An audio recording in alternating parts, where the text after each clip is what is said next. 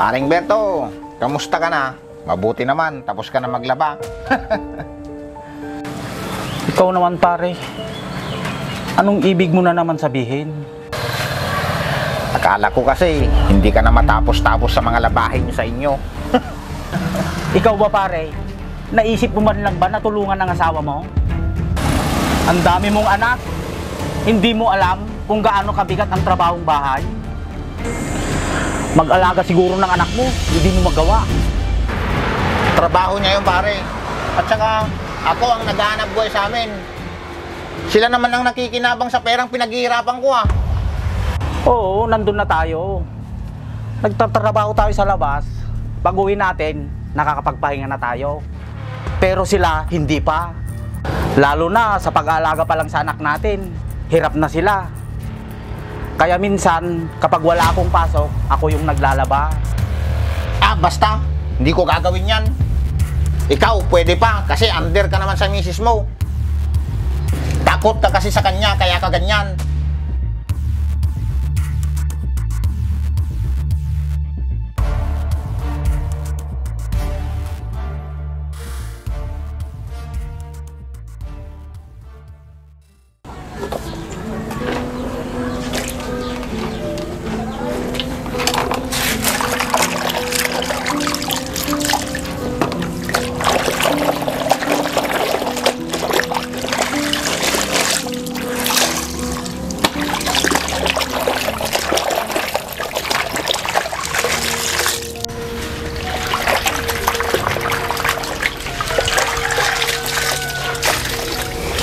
Paring Berto, dumating na pala si Paring Anjo, galing Dubai.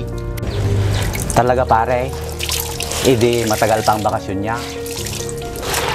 Oo pare, hinahanap ka pala niya. Magiinuman daw tayo mamaya. Naku pare, baka hindi ako pwede. Nakita mo naman na naglalaba ako ng mga damit namin. Bakit kasi ikaw pang naglalaba pare? Eh andyan naman yung si misis mo. Oo, nandyan nga si Mrs. Pero alam ko din na pagod din siya sa mga gawaing bahay. Kaya tinutulungan ko siya habang wala akong pasok. Under desire ka talaga pare. Huwag mo naman akong pagtawanan pare. At isa pa, hindi ako under. Eh anong tawag mo dyan? Sa halip na nag-i-enjoy ka habang wala kang pasok, andyan naglalaba ka. Sigurado, takot ka lang sa misis mo.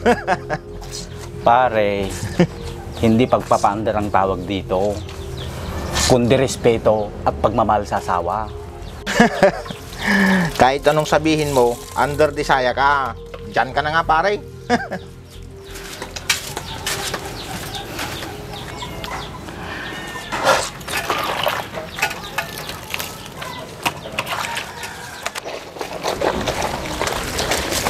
Oh, Berto, hindi ka pa ba tapos dyan? Hindi pa mahal, pero magbabanlaw na lang ako mamaya. Ang bait naman ng asawa ko. Sige, magluluto na lang ako ng ulam para mamaya kakain na tayo. Sige mahal.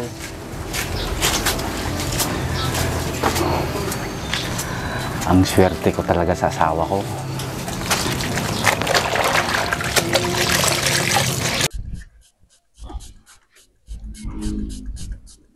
Hindi kami nga pagdalo sa ato. Nakikinis eh. Una yung boy. Nagkinis mo't yung nagkintamati ka din naman. Kaya gumagamit damit ha? Ito ni, GR4 Extreme Degree sir. Mahit nga pangikat ko ata. Ito mangkin nga grasa. Magaling mo lang dilugan ko ha. Nagdalos ni. Maya nagsilingain. Nay, Mahit ah. Nanay, nagdalos sa kadena nanay. may cut pa iso nay. Kulang ata, ibabad mo lang 3 minutes to 5 minutes. Sama ko kuskusin. May cut no kan. Ni, nagdalos ni. Terus ka pa iso nay. Kapag kanino motor ato? Kanyak ah. Kaya motor mo ay. Pahatak ko na kung pagbayad ko. Sayang ay. Nagkalas mo na dating sukat mo. Di ba alay, basta tumaray. Sa bagay ah. Oh, nagkinis yun, nagsilingin na eh. Kung pa makita mo nga lang is nakadagrasa na ha. Kita mo na. Pagagatangan nga ikasta. Di TikTok, Lazada, Shopee, da. Mabalin ng gurdura may salang. Balay, basta pagbayad mo. Ang gurdura ito mga raw, gamitin mo di ka dinak. GR4 degreaser. Oh, Kita mo na eh. Magmayat buya na yan. Dalos na eh. nagkinis na rin na eh.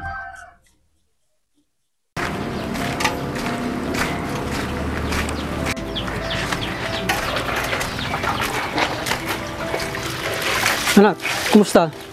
Tay, kayo pala. Mano po?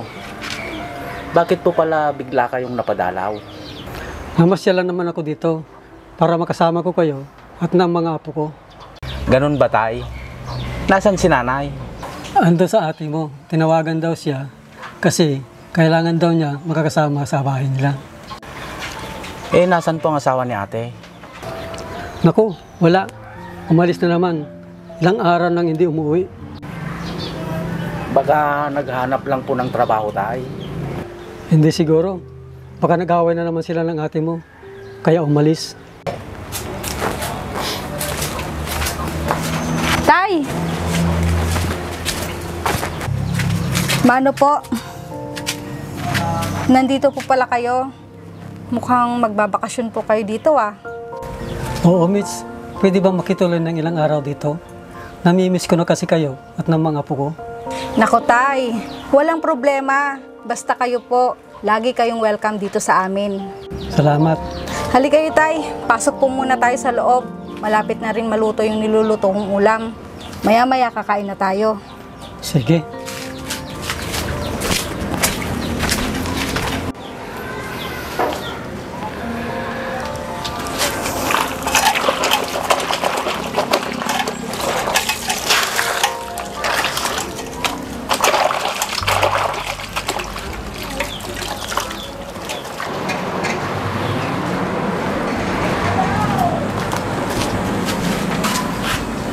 Paring Berto, kamusta ka na?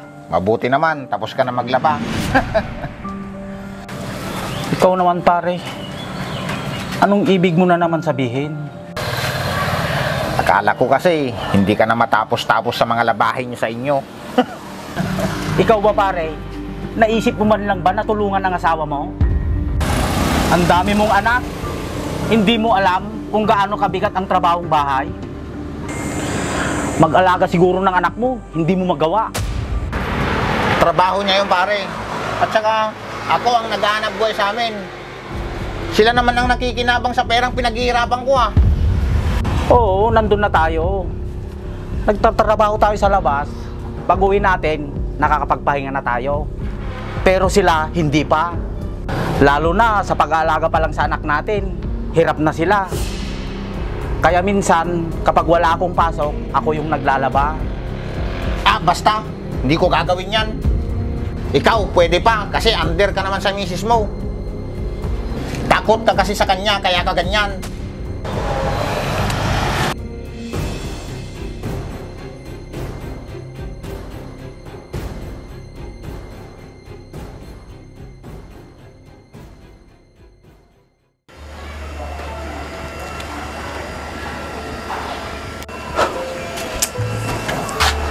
Yung trans na yun, walang magawa, kundi pagtawanan ako.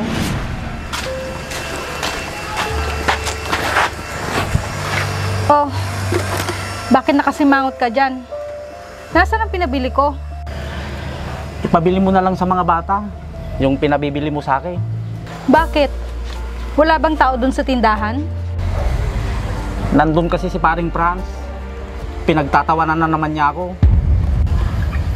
Eh bakit ka naman niya pagtatawanan? Di ba nung naglalaba ako noon, inaaya niya kasi akong mag-inom. Tapos? Hindi ako sumama sa kanya. Tapos, sinabihan niya ako na under-desire daw ako. Hindi naman totoo yun, mahal. Natural lang naman sa mag-asawa ang nagtutulungan sa gawaing bahay. Yun na nga eh. Napapaya ako, mahal, sa mga sinasabi niya sa akin, kahit na may nakakarinig na ibang tao. Huwag mo na lang siyang pansinin. Kasi hindi niya naman kayang gawin ang ginagawa mo sa amin ng pamilya mo.